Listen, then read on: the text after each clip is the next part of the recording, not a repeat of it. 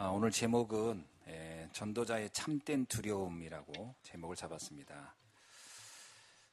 두려움이란 단어가 좋은 말은 아니죠.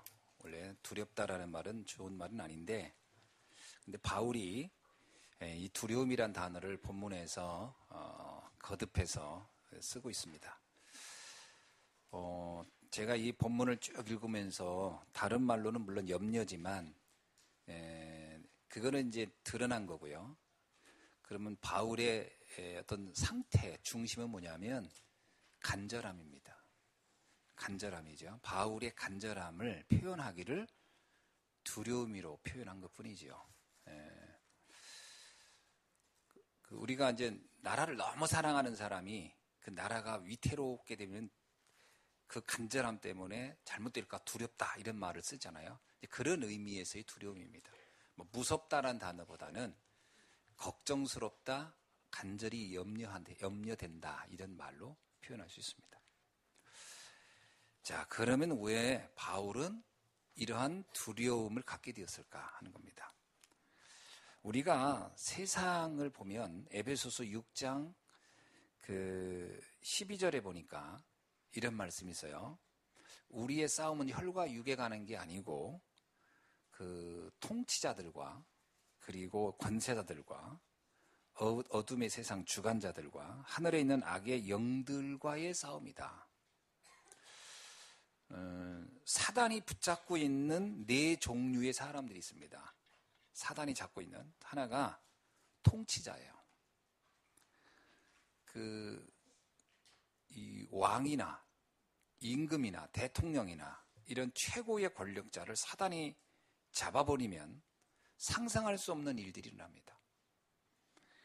히틀러를 사단이 잡으니까 엄청난 일이 일어났어요. 또 징기스칸 같은 사람을 사단이 잡았을 때 엄청난 일들이 지구상에 일어났어요. 우리가 근대에 와서도 폴포트 같은 사람, 그죠? 캄보디아 사람들 거의 몇백만을 죽였잖아요.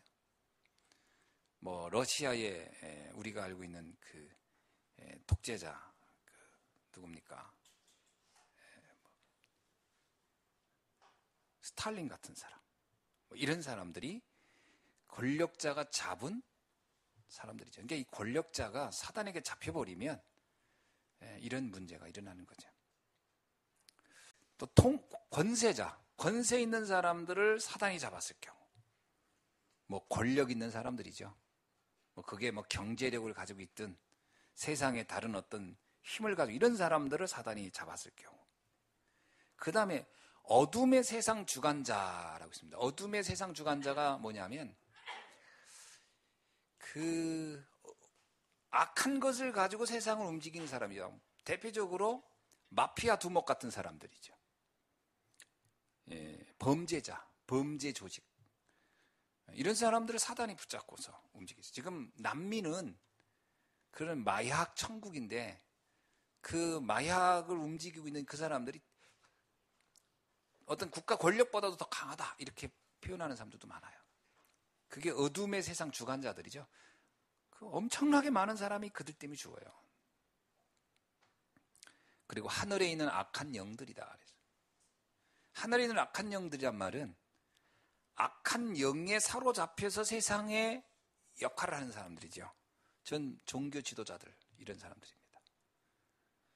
이런 이들이 세상을 지금 이끌고 있고 영향을 주고 있죠.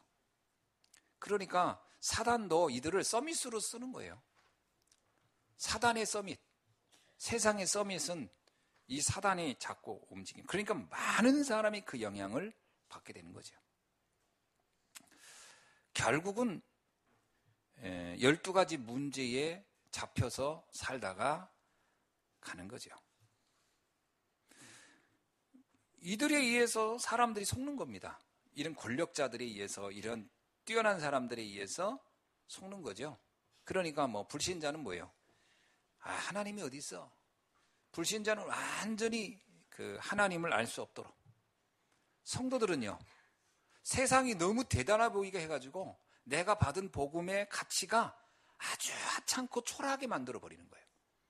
그러니까 세상이 더 커 보이고 더 멋있어 보이고 대단해 보이니까 내가 알고 있는 복음이 정말 아무것도 아닌 것처럼 생각하니까 엄밀하게 말하면 뭐 아브라함처럼이야. 처음에 복음을 들었지만 아브라함이 착각했잖아요. 세상이 더 커 보이고 더 대단해. 그러니까 뭐 애굽으로 가는 거예요. 애굽이 그 문화를 동경해서 가는 거 아닙니까? 그러니까 완전히 사명 감당 전혀 못해요.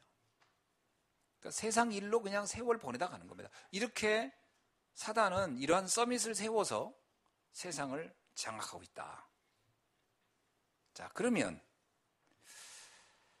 하나님도 반대로 영적 서밋을 세워서 움직이려고 하는 경향이 있죠.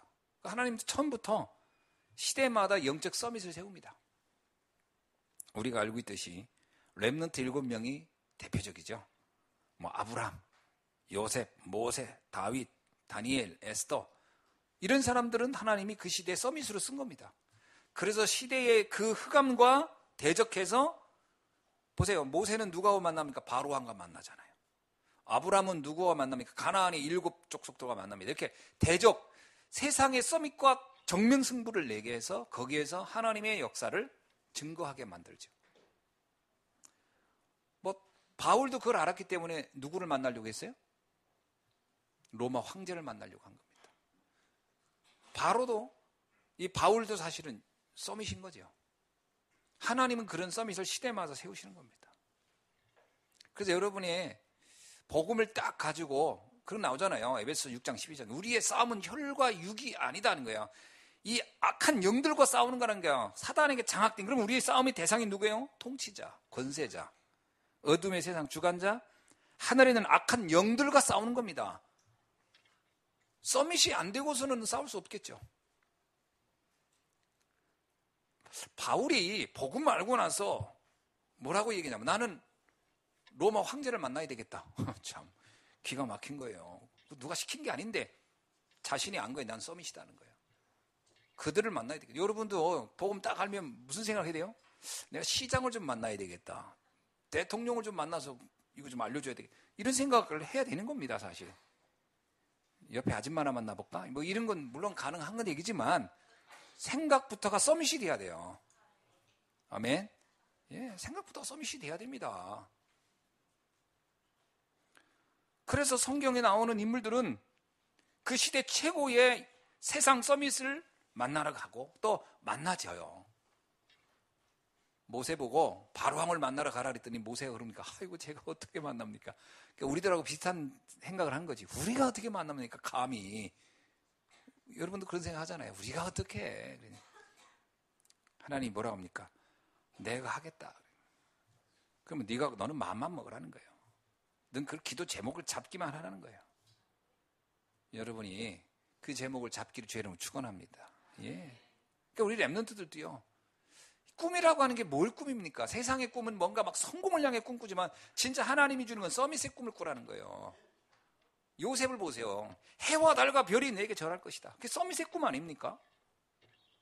자기는 아무것도 아닌 초라한 그냥 시골의 어느 목동의 자녀인데도 꿈은 서밋의 꿈을 꾸는 거예요. 사무엘이 다윗에게 가서 기름 부으면서 서밋의 꿈을 줍니다. 네가 이스라엘의 왕이 될 것이다.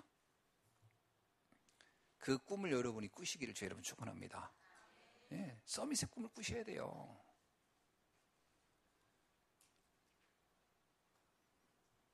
세상에 그 서밋이 너무 커 보이니까 우리는 꿈도 못 꿔요. 우리나라 말로 그죠? 꿈도 못 꾼다는 말이죠. 아예 아무 생각이 없는 거지. 그러면서 하는 얘기, 난 꿈이 없어요. 꿈이 없고 왜 없어요? 사단에게 꿈을 빼앗긴 거예요. 꿈이 없는 게 아니에요. 있었는데 사단이 내 꿈을 가져가 버린 거예요. 그래서 난 뭐만 했다? 난 할 수 없어. 안 돼. 못 해. 이것만 남아있는 거란 말이지. 꿈을 찾아오길 주의 이름으로 축원합니다.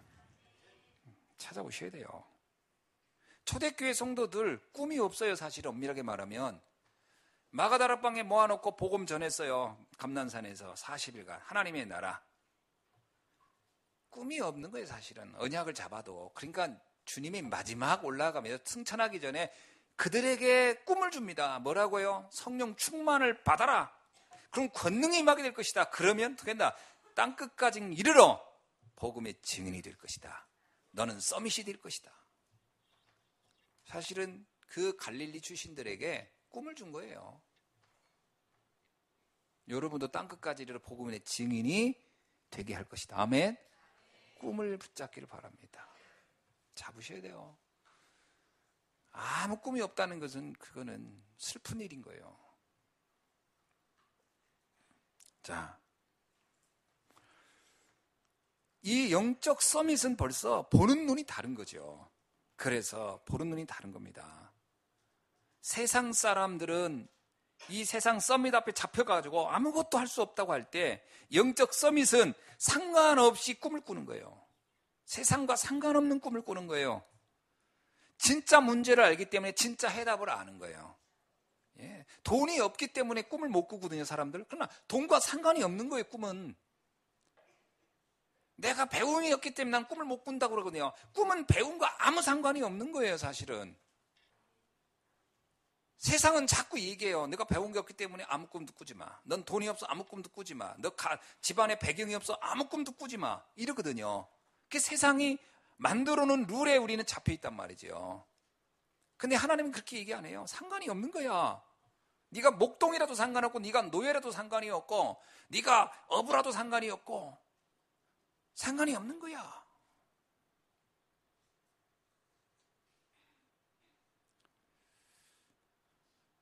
바울이 왜 두려워했냐면은 고린도 교회 성도들이 이러한 자신에 대한 하나님의 그 어마어마한 천부적인 천명과 서밋의 언약의 비밀을 고린도 교회 성도들이 갖고 있지 않았던 거예요.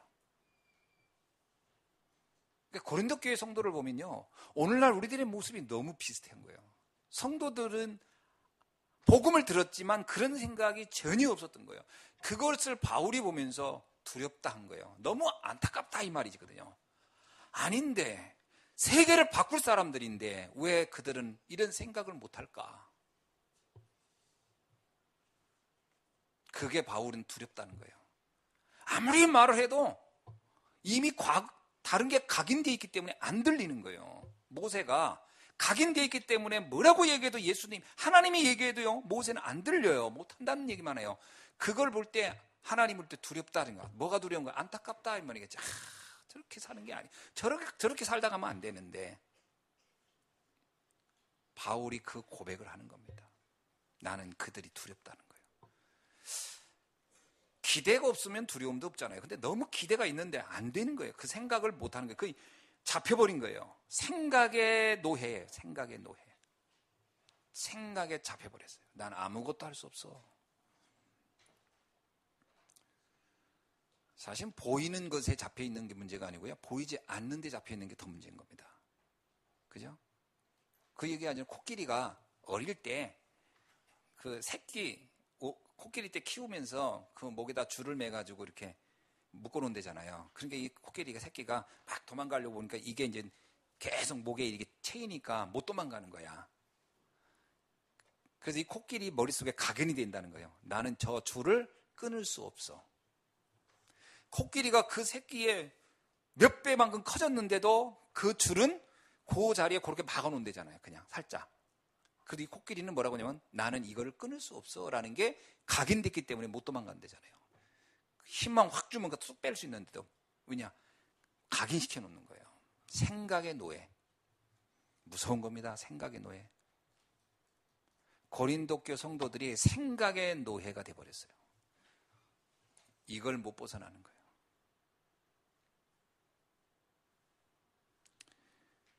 자, 20절을 한번 봅시다. 20절, 21절에 처음에 시작이면 내가 갈 때에 이제 고린도 교회에 이제 바울이 드디어 가려고 하는 겁니다. 내가 갈 때. 지금까지는 서신만 보냈어요. 그리고 디도를 통해서 소식을 들었어요. 그런데 바울이 이제 내가 고린도 교회를 가봐야 되겠다는 거예요. 자, 이제 내가 갈 때에. 그리고 21절 또 내가 다시 갈 때에. 이게 바울이 고린도 교회를 3번 갔었습니다. 첫 번째, 두 번째 갔다 왔을 때 나름 첫 번째는 언제야? 고린도 교회를 세웠을 때요. 두 번째는 중간에 한번 갔었어요. 세 번째가 지금 가려고 하는 거예요. 근데 바울이 지금까지 디도를 통해 여러 사람이 소식을 통해 들은 바 걱정이 있는 거예요. 자, 어떤 거냐? 내가 갈 때에 너희를 내가 원하는 것 같이 보지 못하고, 나는 고린도 교회 성도들이 굉장히 많이 바뀌었을 거라고 생각을 했는데 가서 만약에 그렇지 않았을 경우, 그렇지 않은 모습을 볼까 두렵다는 거예요. 또 하나, 또 내가 너희에게 너희가 원하지 않는 것 같이 보일까 두려워한다. 이건 무슨 얘기냐면 지금까지 바울이 서신을 보내서 많은 얘기를 했어요. 근데 이 고린도 교회 성도들이 이 말의 의미를 못 알아들어서 바울에 대해서 적대감을 가지고 대할까 두렵다는 거예요. 그건 뭐냐? 바울이 사실은 고린도 교회의 흐름을 파악하고 있었어요. 고린도 교인들이 바울에 대해서 썩 좋아하지 않았다는 걸 알고 있었어요. 왜 안 좋아했을까요? 바울이 고린도 교인들한테 계속 책망만 했거든. 야단만 쳤거든. 이러면 안 된다, 저러면 안 된다, 계속 야단 쳤거든. 그러니까 고린도 교인들 뭐냐, 우리는 잘하고 있는데 또 우리 안에 지금 와 있는 거짓 선지자들을 본인들은 거짓 선지자라고 여기지 않았죠. 우리가 신뢰하고 믿는 사람들, 굉장히 똑똑하고 뛰어나고 성품도 좋고 인품도 좋고 세상도 성공하고 배운 것도 많고 교회에서 헌신도 잘하는 사람들이 우리한테 말하기를 당신들은 신앙생활 잘하고 있어요 라고 하고 있는데 바울만 유독 우리 보고 틀렸어. 그렇게 말을 하고 있다 이거예요. 서신을 통해 보니까. 근데 바울은 뭡니까? 내가 당신들을 부끄럽게 하려고 하는 것도 아니고 너희들 난처하게 하려는 게 아니라 정말로 하나님 앞에 축복된 사람 되기 위하여 내가 쓰는 거라고 했는데도 이들은 그렇게 이해를 못하는 거죠. 사람이 책망만 기억하니까. 그러니까 바울이 걱정하는 거예요. 내가 갔을 때 고린도 성도들이 문전박대하면 어떡하나. 그 얘기거든요. 그래서 21절 보세요. 내가 하나님이 나를 너희 앞에 낮추실까 두려워하도다. 이건 뭐냐면 이 말 문구가 번역이 약간 이상해요. 하나님이 나를 낮추는 게 두렵다 이 말이면 겸손하게 만들까 봐 이 말이 아니고요. 너희들로 인해서 내가 하나님 앞에 부끄러움을 당할까 그것이 두렵다 이 말이었어요. 원래 뜻은 그렇습니다. 그게 무슨 얘기냐면 자, 바울이라는 분이 단순히 고린도 교회 성도들한테 환대받지 못하는 것 때문에 두려워할 사람입니까? 그런 사람이 아니에요. 이분의 이 바울의 지금까지 신앙관이나 바울의 삶을 보면 뭐 누가 나를 알아주니까 좋아하고 누가 안 알아주니까 두렵고 이런 정도의 인품을 가진 사람이 아닙니다. 이런 정도의 영적인 수준이 아니에요. 그러면 바울이 뭘 걱정한 거예요? 바울을 환대하지 않는다는 말은 바울의 메시지를 거부한다는 얘기거든요. 이게 문제인 거예요. 바울은 그걸 걱정하는 거예요. 나에 대한 평가가 안 좋다는 것이 문제가 아니라 나를 싫어한다는 얘기는 나의 메시지를 거부한다는 거예요. 바울이 가장 걱정한 건 뭐예요? 하나님의 말씀을 거부할 것을 두려워한 거예요.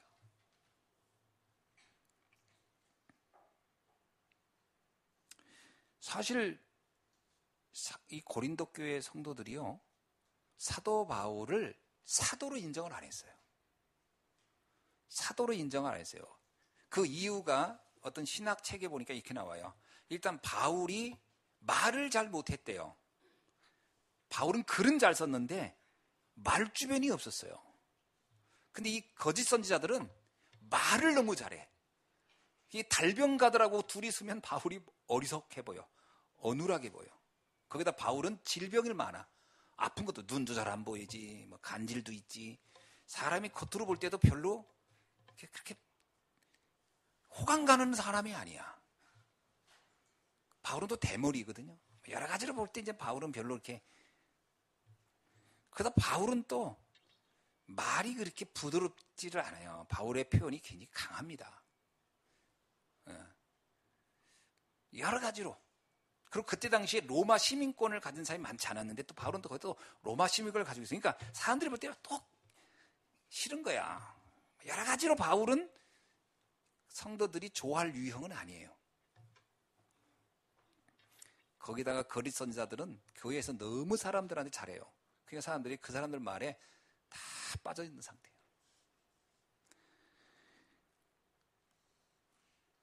고린도 후서 11장 5절을 한번 읽어보세요. 뭐라고 나오죠? 참 바울이 너무 안타까워서 자기를 변호하는 내용이에요. 이렇게 변명하는. 시작. 나는 직이 크다는 사도들보다 부족한 것이 조금도 없는 줄로 생각하노라. 이건 본인 생각이죠. 근데 바울이 편지에다가 넣은 거예요. 그래, 너희들은 나를 우습게 여지만 나는 사도들보다도 더 큰 사도보다 더 낫다. 제가 오늘 새벽에 그 얘기를 했어요. 왜 바울이 이렇게 말했는지. 바울이 왜 자기가 사도들보다 난 더 사도답다 얘기했냐면요. 사실 예수님이 12사도를 불렀을 때, 또 70인을 불렀을 때 예수님의 관심은 12사도나 70인에게 나를 믿고 구원받고 천국 가서 잘 살자 이 말 한 정도가 아니었거든요. 그들은 시대의 흐름을 바꾸고 세계의 문명의 흐름을 바꿀 사람들로 부른 거예요.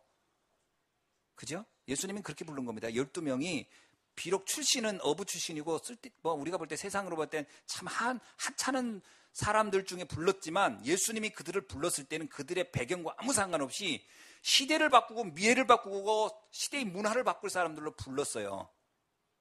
맞아요? 안 맞아요? 맞죠? 그런데 본인들 당사자들은 그걸 잘 이해 못했어요. 잘 이해 못했어요. 그래서 예수님이 감람산에다가 모아놓고 40일간 집중하여 하나님 나라 얘기한 다음에 마지막에 가장 간곡하게 담보한 게 뭐냐? 전 땅끝까지 이르러 세계를 바꾸라 너희들이. 영적 서밋이다. 그 얘기 해놓고 가셨어요.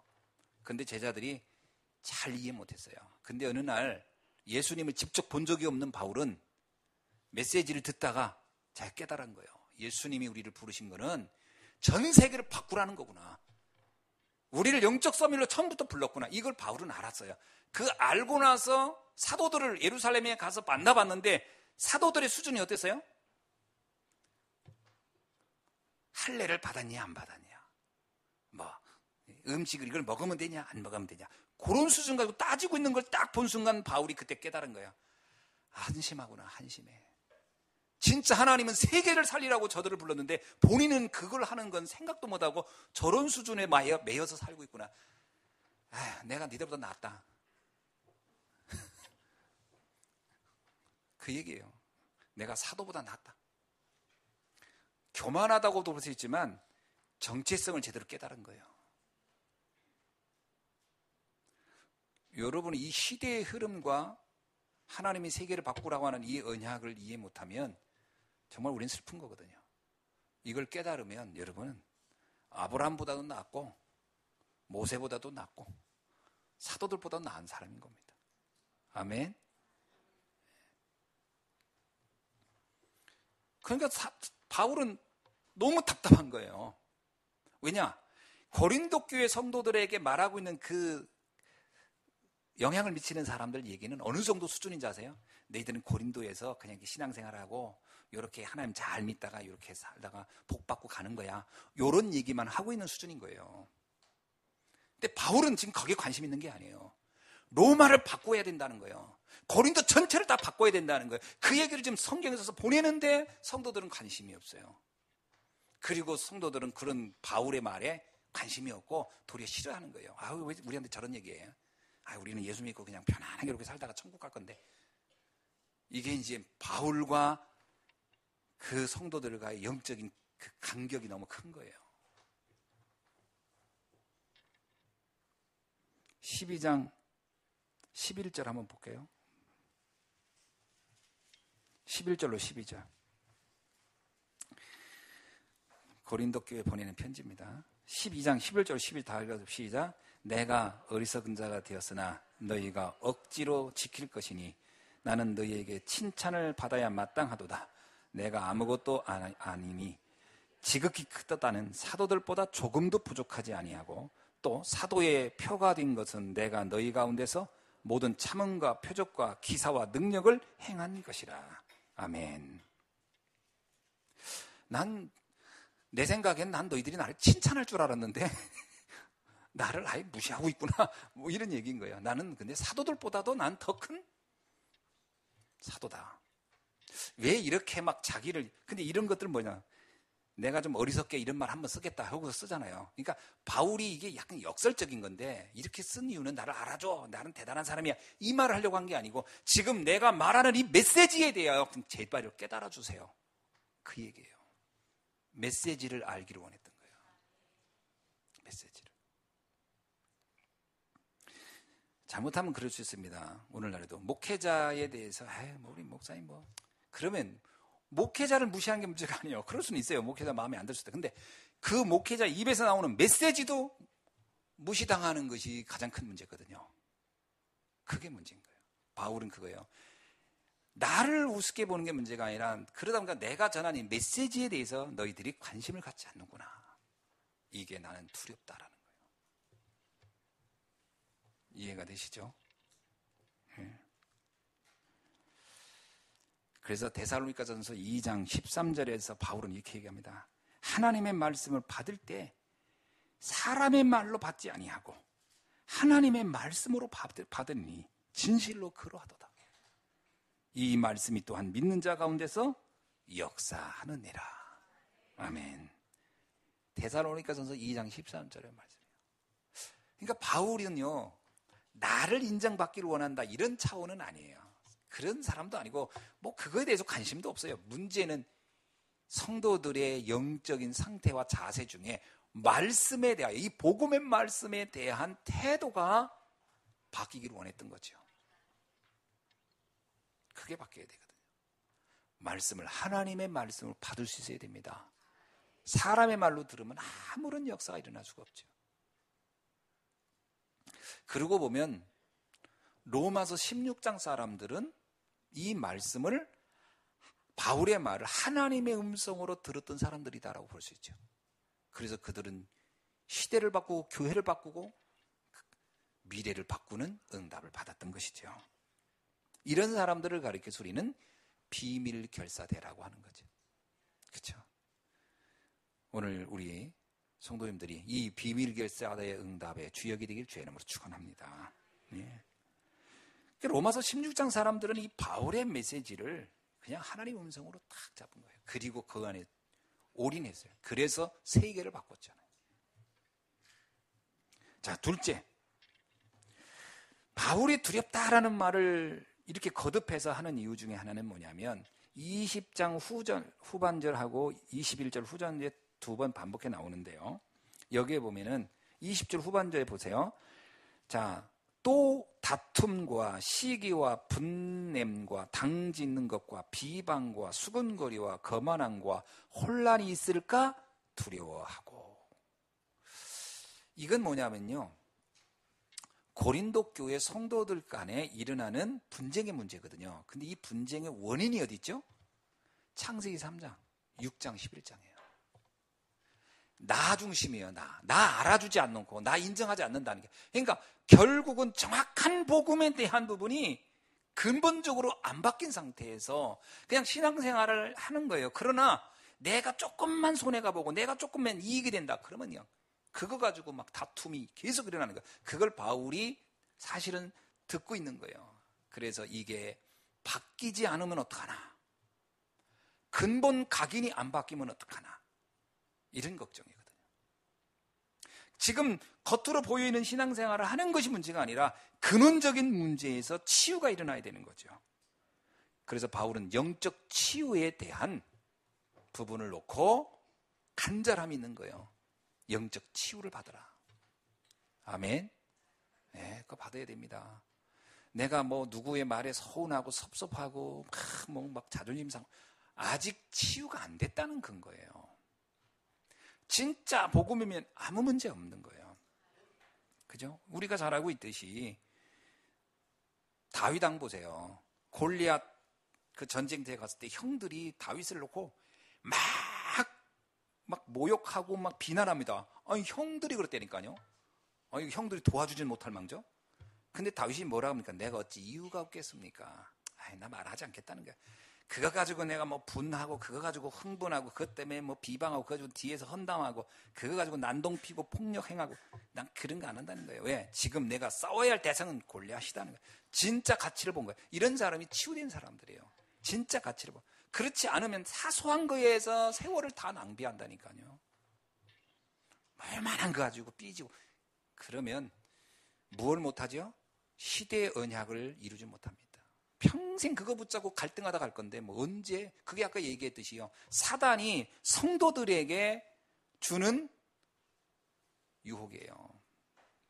사소한 거 가지고 갈등하다가 세월 다 낭비하고 가게 만드는 거예요.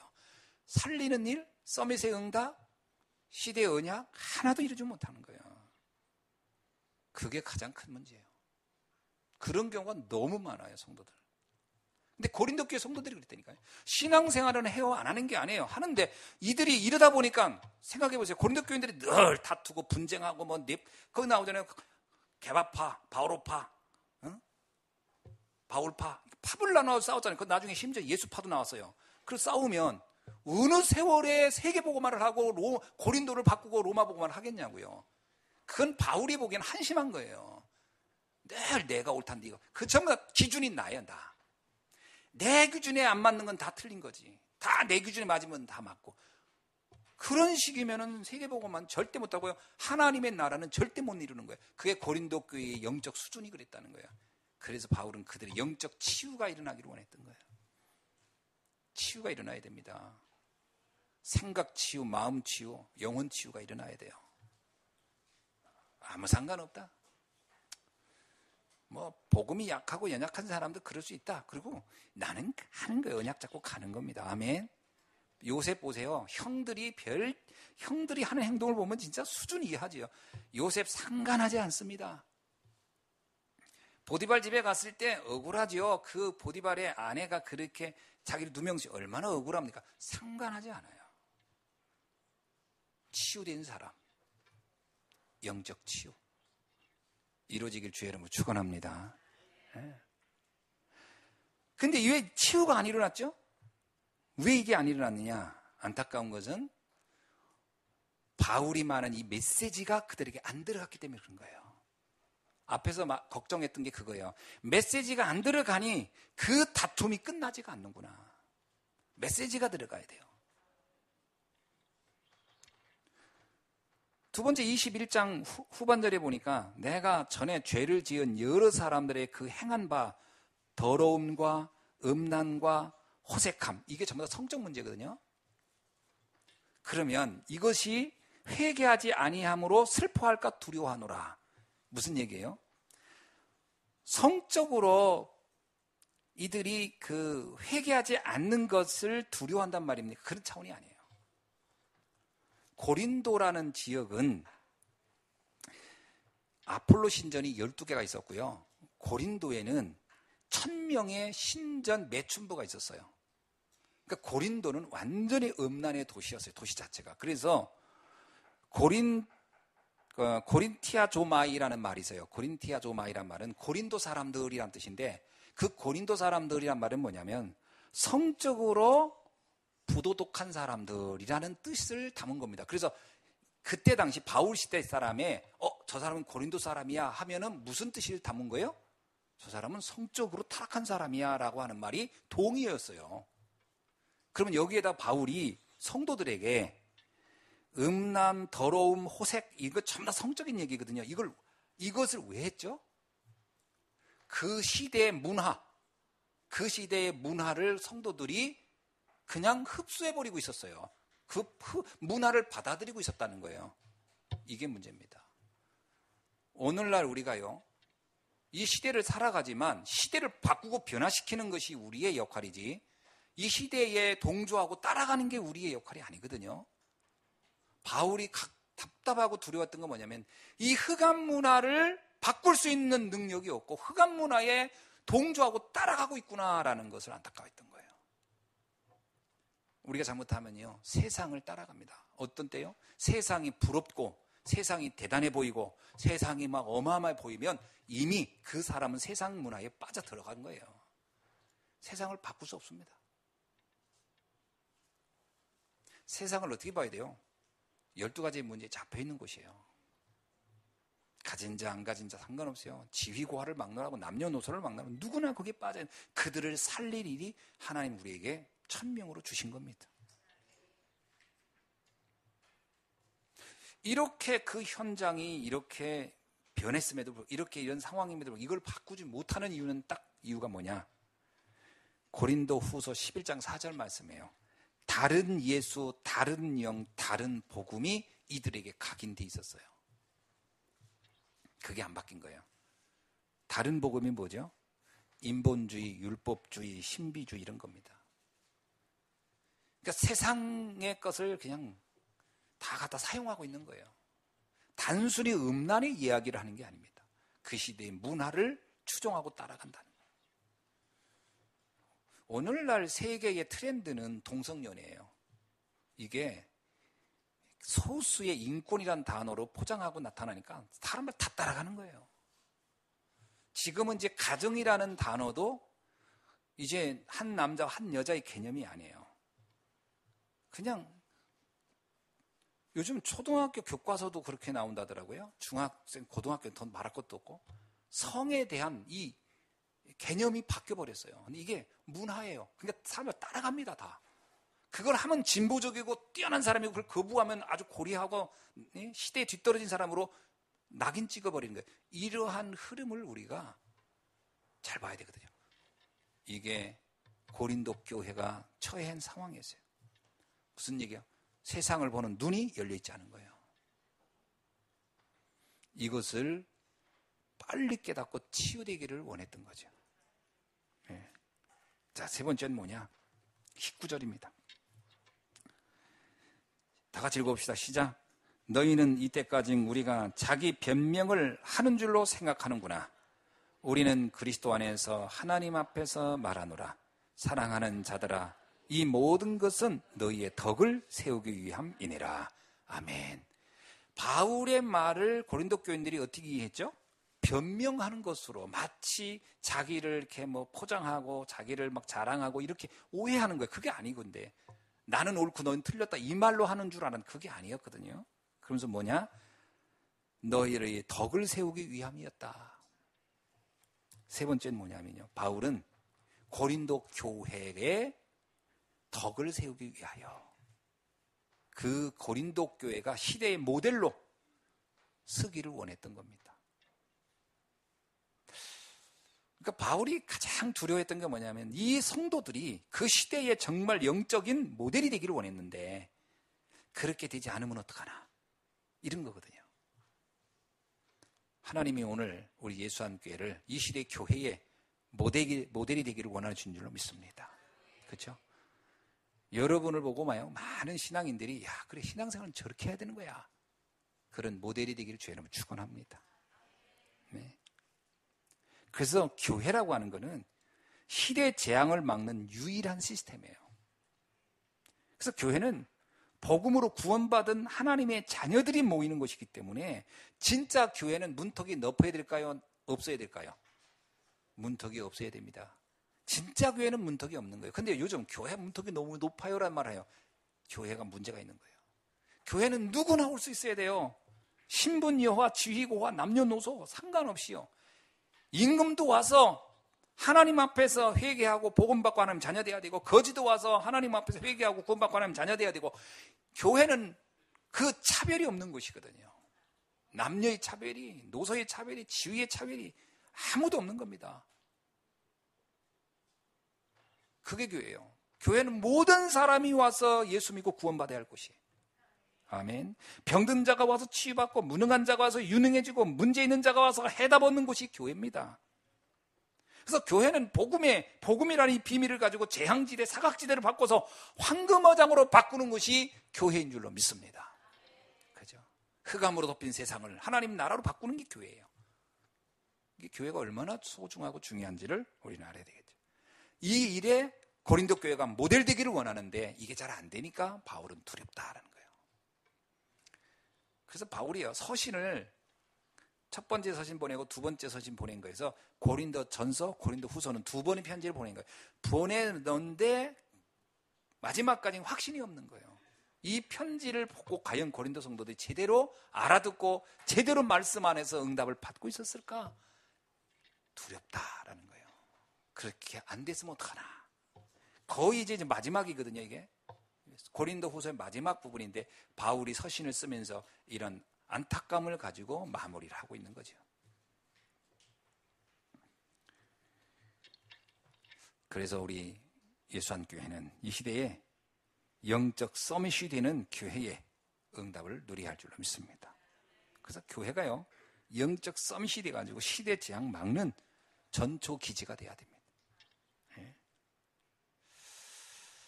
자, 말씀을 맺습니다. 그래서 우리가요, 지금부터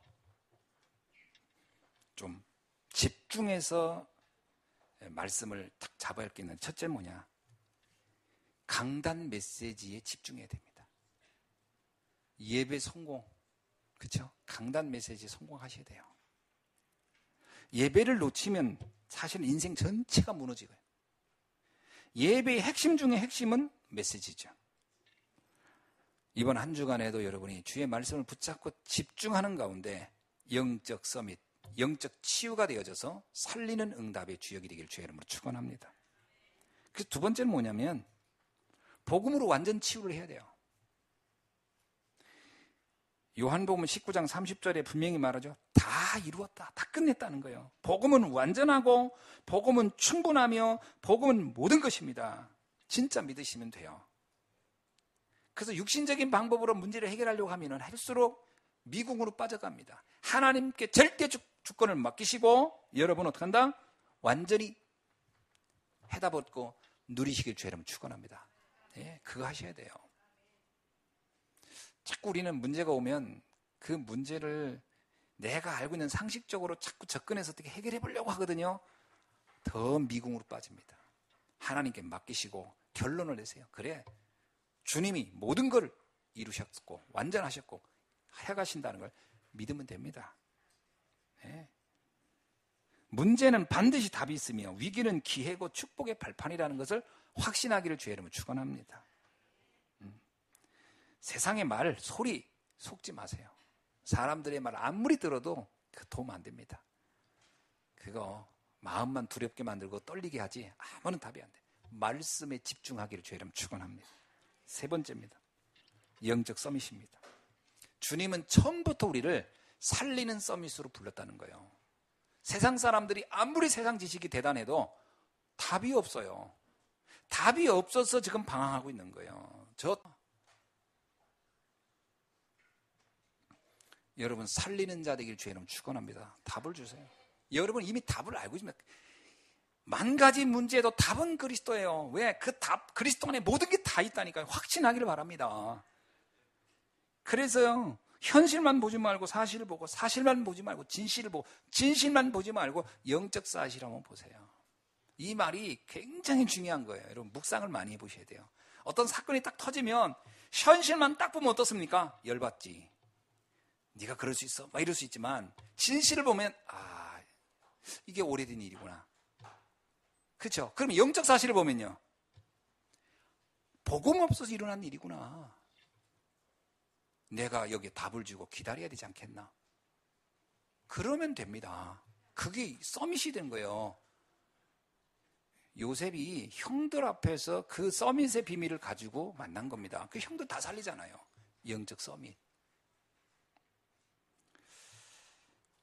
하나님은 처음부터 우리를 서밋으로 불렀습니다. 여러분 하나 때문에 여러분이 있는 주변이 다 살아나는 역사가 있기를 주의 이름으로 축원합니다. 그래서 마지막 부탁은 서밋의 시간을 가지시기 바랍니다. 말씀을 들을 때는 그래 맞아 그러지만 문 열고 딱 나가면 다 잊어버리거든요. 그 신기하게 그렇게 돼 있어요. 왜? 세상은 지금 다른 메시지로 가득 차 있기 때문에 거기 가면 내가 받았던 메시지가 힘을 잃어요. 힘을 잃습니다. 그러니까 이 메시지를 계속 반복해서 각인시키지 않으면 안 돼요. 서밋의 시간. 그래서 우리 구역장들한테는 제가 얘기했어요.